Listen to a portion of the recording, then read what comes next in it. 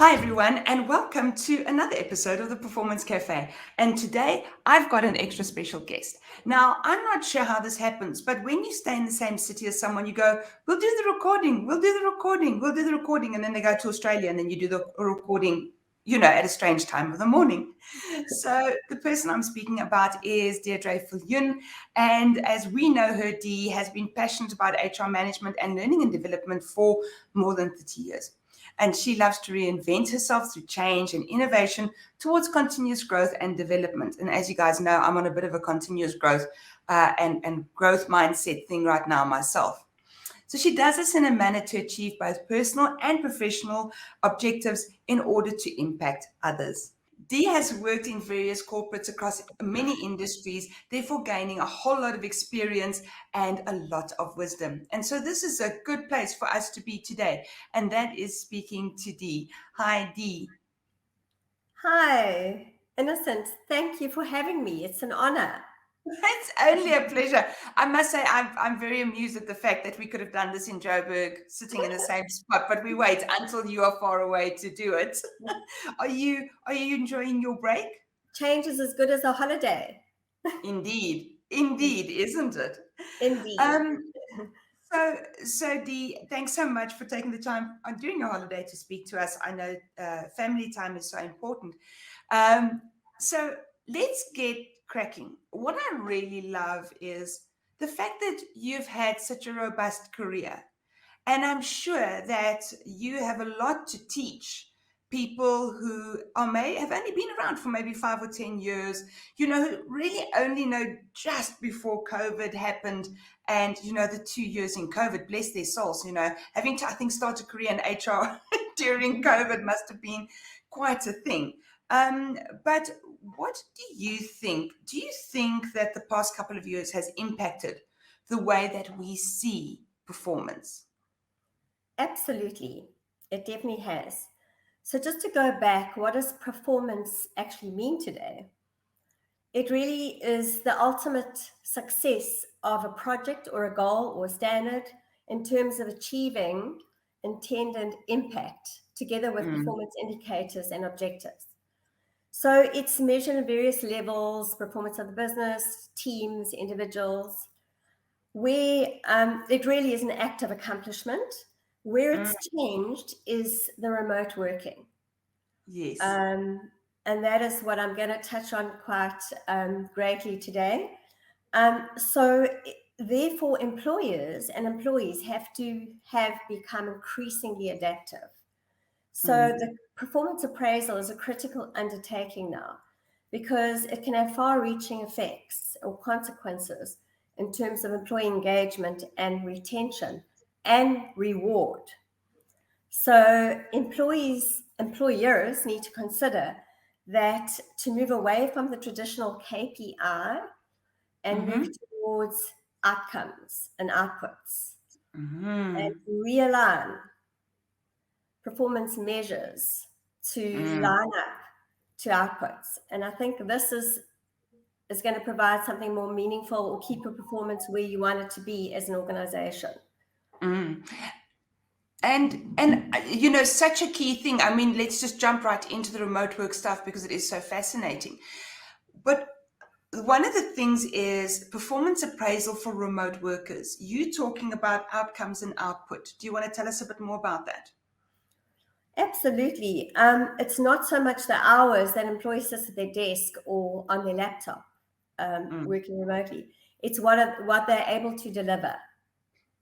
And I think the management needs a shift to ensure that that the outputs are clearly communicated, are very clear and understood and prioritized. And instead of long-term kind of goals, it's remote working has told us to do more short-term goals, because with short-term goals, you can look at the performance indicators and you can attach rewards to it, and that keeps employees engaged and motivated while they're working remotely.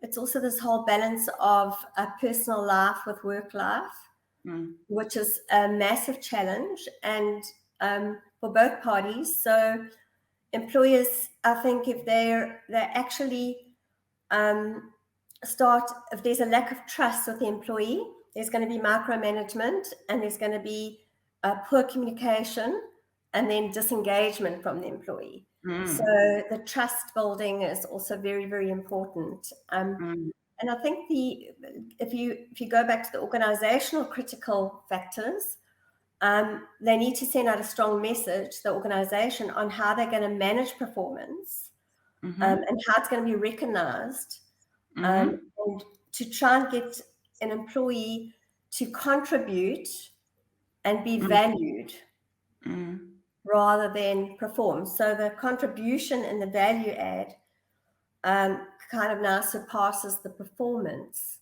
in terms of getting to the output. But the output obviously has to be clearly defined.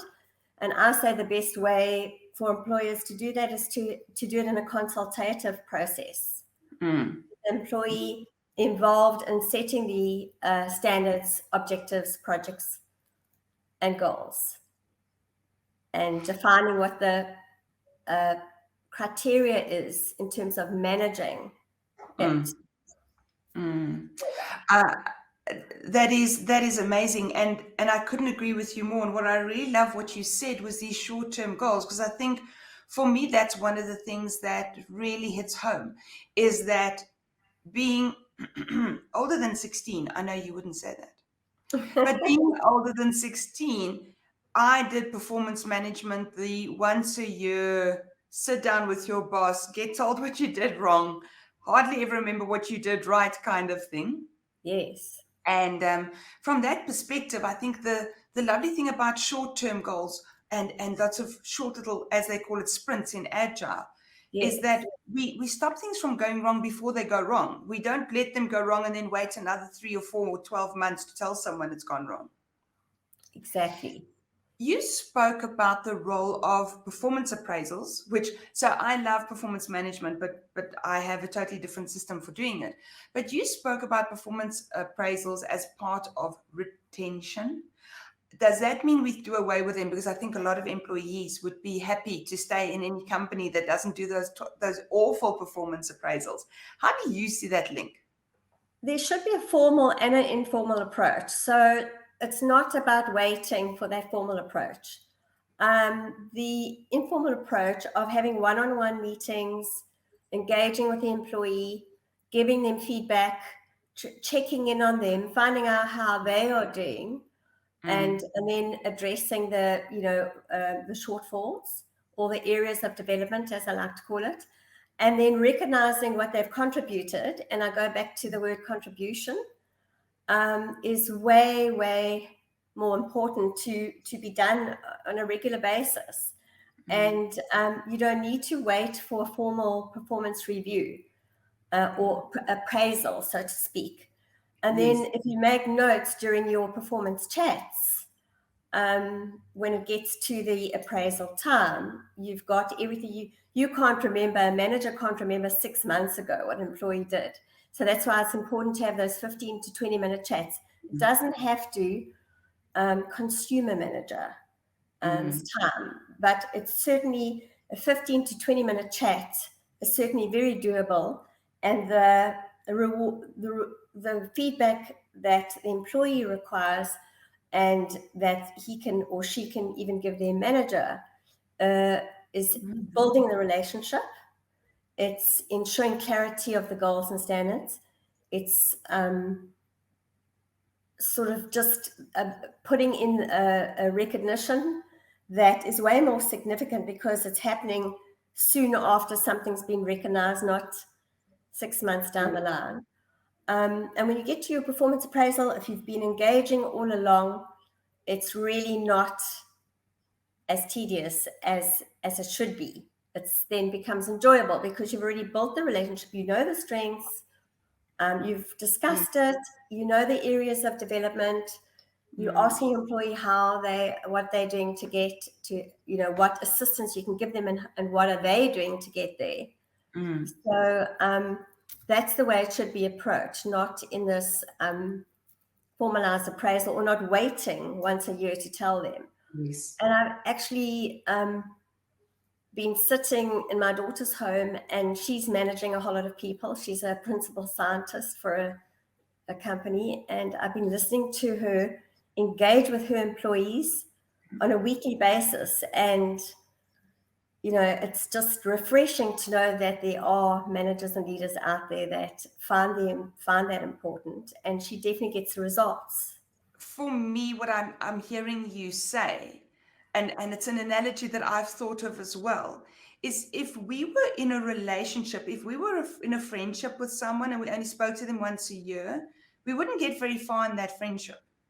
Exactly. And a work relationship is exactly the same. I don't want to say it's a marital relationship, because obviously it's not, but it's a high touch, high engagement kind of thing. Mm-hmm. How do we teach our managers that? Because I could be wrong, but I often get the impression our managers want to, do you remember teletext, that paper that you used to feed into the machine? It's kind of like managers want to take that little teletext paper with its hole that programs the machine, put it into the employee's mouth or into their head, and then leave them to work without support, without feedback, without anyone to work along with.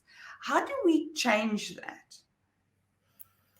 That is difficult to change. However, what I really strongly believe in, that the managers need coaching and mentoring here. And quite often, so my thought process along this line is that to actually have managers sit into other managers' performance discussions, and they will learn and see the rewards and the benefits. And because some are definitely more engaging than others. And so it's when they've got a mental block because it's a lot of admin. But if you have those discussions and then you summarize it afterwards, and it becomes just part of your day. And if they have to sit in and listen to other managers doing that, I do believe there's not enough of that. Then the learning process is there from manager to manager, and then especially if there's a high engaging leader manager, then you put the newer ones in there to learn the behaviors. And it's a learned behavior. And it's also, I think organizations now coming through COVID have to be exceptionally, it's not so much focus on efficiency, it's focus on resilience and change. That's going to get them. Do you think that that's part of this management style, this very transactional management style, that businesses have avoided dealing with the emotional content? And that's why COVID was so difficult, is because it was all emotional content? Absolutely. So there's a balance between the well-being of the person and the person that has to deliver the task, and that's got to be balanced. And what I always say is bring the psychology into business. When you start bringing the psychology into business, you are way more powerful, and that's a leadership skill. And in some of the companies during COVID times, I'm hearing that some of the companies have gone and got more personal with the employees. In other words, given them things like how to manage your finances and mental well-being. So the company, the one company has employed first aid mental well-being, almost put their supervisors on a course to be able to assist with this. And employees see that, and they think, you know what, it's not just about me delivering on tasks and meeting objectives, but they care about me as an individual. And it's what we call brand employment. And a company is very powerful. And when they start actually being transparent and showing and telling how they are assisting employees during this time, and that leads to brand employment, which means that people will want top talent will want to work there. Yes. Because they no longer want to work for companies that just look at them as a number or someone behind a laptop. They want the they want to feel engaged and a sense of belonging. And you can also make sure that the teams are supporting each other. So again, you schedule meetings between teams to just check in on their colleagues and show them how to do that. So you're building the team connectivity, because we've lost that from remote working.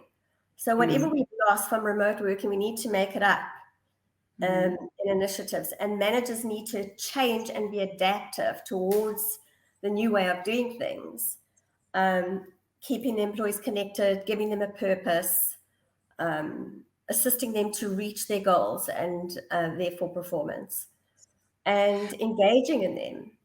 Engaging with them on a personal as well as work level. So what I'm hearing come from this is, I get the sense that with remote work, even if it was a bit higgledy-piggledy, there was enough systems, processes, and procedures to make work and technology work. What we didn't have was, how do we make the people stuff work? Exactly. And we couldn't solve it with the technology. Yes, you can have, like employee portals and things like that, but it's still not personal enough. And there's the whole coaching and mentoring. So are we ensuring that managers are equipped to coach and mentor? And are we measuring them on that? That's why I said it's about outcomes. What are the outcomes you want?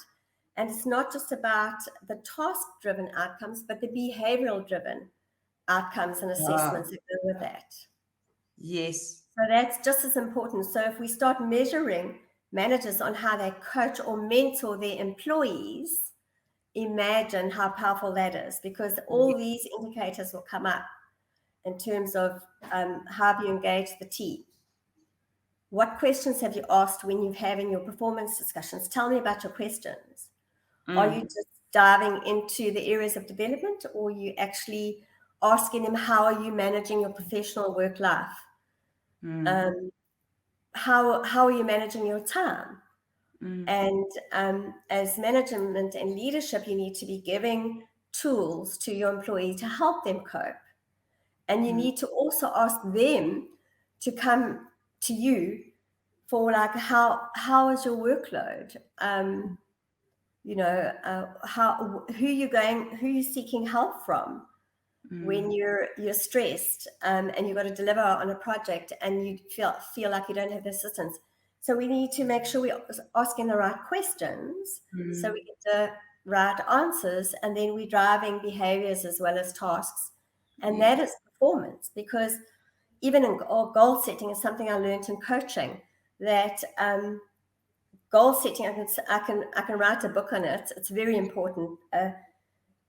Organizations who set smart goals are always together with their employees and the team are high-performing employees and employers. But secondly, what's very powerful is to find the value or the motivation behind the goal. You tap into that resource. You've got the behavior to support the task. So, you can take any goal and decide what is the motivation, what is the value behind this goal. And it's good for employees to even question that. Yes. Because why should they be wasting their time on doing work that's not purposeful, meaningful, where they feel they're not contributing and adding value? Totally. And I love that whole thought, but I really love the way that you encapsulate it in the sentence. What I want to ask you, though, is how do we connect the why? Because that's what you're talking about, right? The Simon Sinek's, I'm sure he's not the first person to say it, but obviously he made it quite famous, is, what's the why? Why are we even doing this? Why do we bother? How do we connect the business's why, which can often be very financial, to the individual's why? How do we do that? Well, it starts with the business's why. And what are the strategies to support the goal for the business, be it financial, customer service, whatever it may be? So what are the goals supporting that, or the strategies? And then from then on, how do the teams support the strategy? And when you unpack it, and again, it's not about the shift now in performance is away from roles and more into workflows, workflow activities that gives you the advantage, the competitive advantage, the financial advantage. So to support the outcome that you want delivered.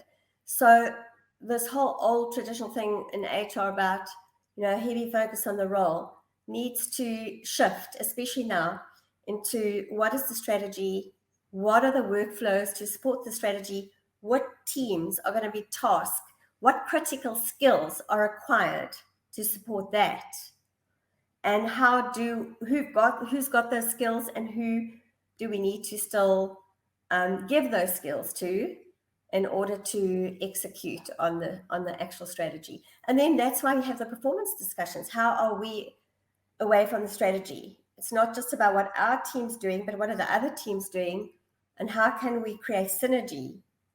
But for me, it's a lot about unpacking or defining a proper work flow. Yes. And then when you've got the workflow to support the strategy, then you can define objectives, standards, and goals to execute.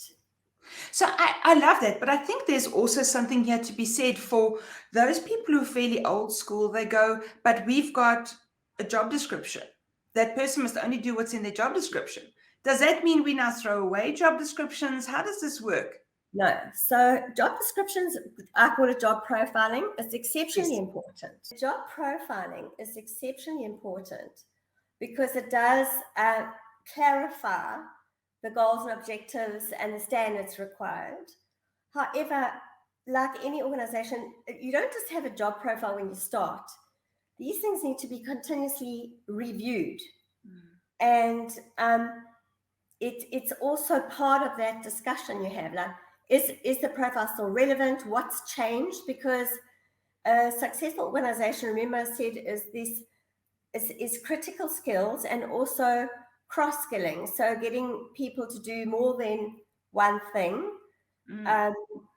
And, what should be included in any job profile is that you may be required to be asked to do something that's within your capability. If it's not within your capability, then that's where the manager has to put the development plan together so that in future that person can reach that capability.